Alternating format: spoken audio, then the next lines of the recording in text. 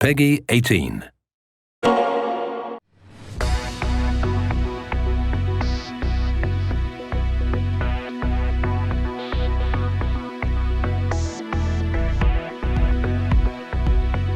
They keep calling me Takei, and I correct them by saying it's actually pronounced Takei, but I don't object to the mispronunciation, Takei, because that's a Japanese word that translates into English as expensive.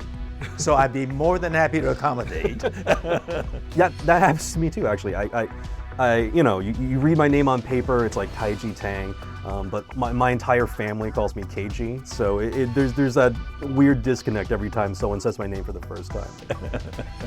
So George, I know we're both kind of acting nerds, and I believe we both got our start in the theater. I'm always really interested in like actors' origin stories, or your first like real legit paid acting job, you know?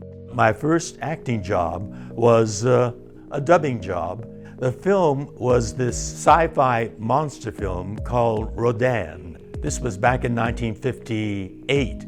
So one of the early Japanese films that were imported to the US. Had absolutely no experience at dubbing English dialogue into a film where the actors are speaking in Japanese and you had to lip sync. Yeah. And so I watched the other actors and I saw where they took a great big breath where they had to speak real fast in order to fill that space when the lips were moving. Mm-hmm. And then other points where they spoke very slowly and paid attention to the lip movements and tried to hit certain consonants on the button. Yeah, I'm sure the dubbing process for Rodan was a little different than what we have now. I think back in those days, you just had to chase the entire film, but man, how far we've come. Now in the midst of Yakuza Like a Dragon, where when we were working, we barely had to even match the lip flap at all. The computer is doing some of the work for us now. We've come to this full circle moment in technology, and I love it. So what was your first gig? Yeah, so my first, my origin story acting paid gig moment was doing a tour of Midsummer Night's Dream in Riverside, California. Bravo!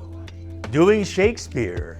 I was playing Bottom, and I made a choice. I made an acting choice to punch the floor with gusto and passion, and I should not have done that. That was a poor acting choice. I suffered a boxer's fracture on my hand. Oh my! And I had to finish the rest of the tour with a broken hand because I'm a smart man.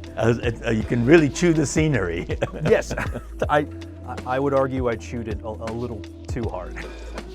So when I told my parents that I wanted to pursue acting, they had no idea how to react. And to their credit, they allowed me to pursue it the best I could. When I began to prove to them that this is something I could do, they allowed me to forge my own path in this country. So in a way, I bring that part of my life to Ichi's performance, the sort of part of him where he has to set out on his own, trailblaze, and sort of prove to himself more than anyone, even more than the father figure he really desires, that he belongs in this world and he can forge his own path. So my teenage years were where I challenged my father, but I had a father who understood me and he gave me guidance and encouragement.